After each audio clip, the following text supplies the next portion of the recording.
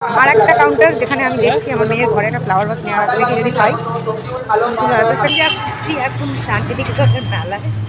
আমার বর ও সমস্ত বন্ধুদের সাথে মানে কলেজ মেটসদের সাথে একদম জমিয়ে সেই লাঞ্চ করার পর থেকে গল্প দিচ্ছে, আড্ডা মারছে। আমি যাচ্ছি, ওরা পরে আসবে। তারপর ভাবলাম আমি একটু যাই, ঘুরে আসি।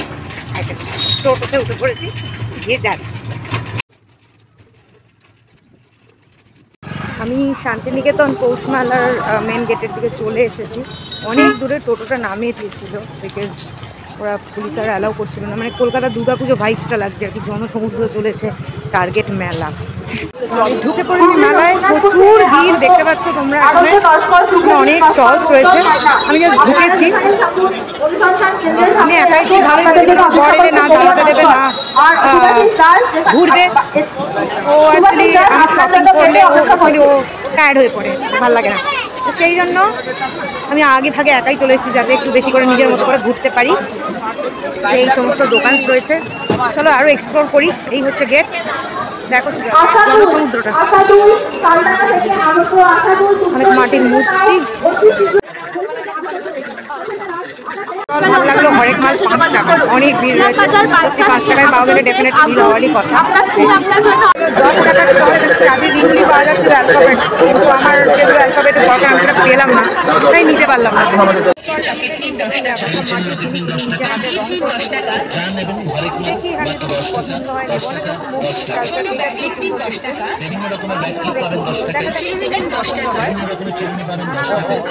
কাঠের জিনিসের দোকান রয়েছে, আমার টুকটাক জিনিস নেওয়ার আছে, দেখি যদি পাই।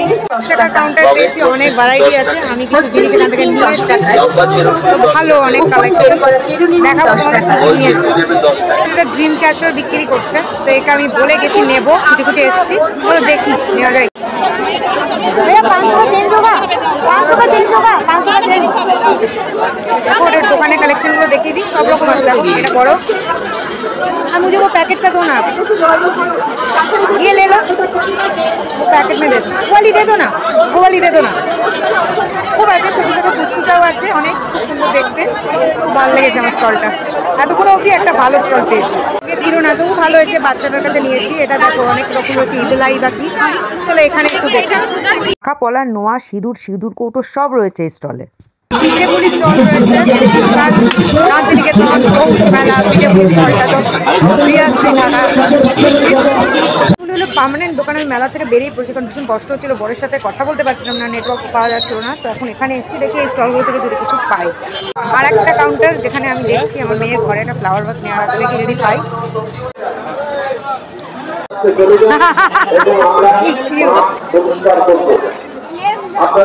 কোনটা চওড়াটাই বেটার নাকি?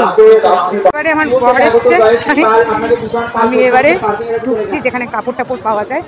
টুকটাক জিনিস কিনেছি, এখানে সব হ্যান্ডিক্রাফটের স্টলগুলো রয়েছে, ফাইনালি খুঁজে পেয়েছি। চলো দেখি কি পাই,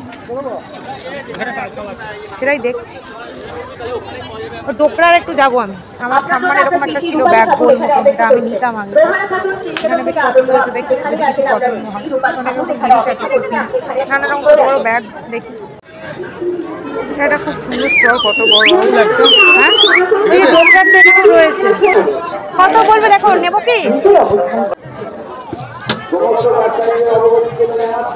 এটা ভীষণ সুন্দর, এটা আমি নিলাম।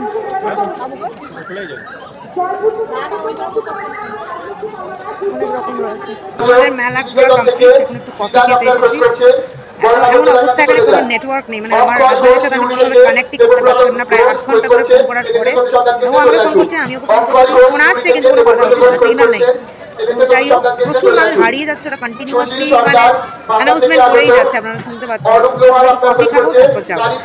ওখানে হচ্ছে ভাপা পিঠে, কিন্তু আমাদের এবার পিঠে খেতে নেই, আমাদের কালা সৌচ আছে, তাই খেতে পারলাম না। এই দারুণ খাবো গরমা গরম মোমো, আর আমাদের ভেজ, তাই ভেজ মোমো।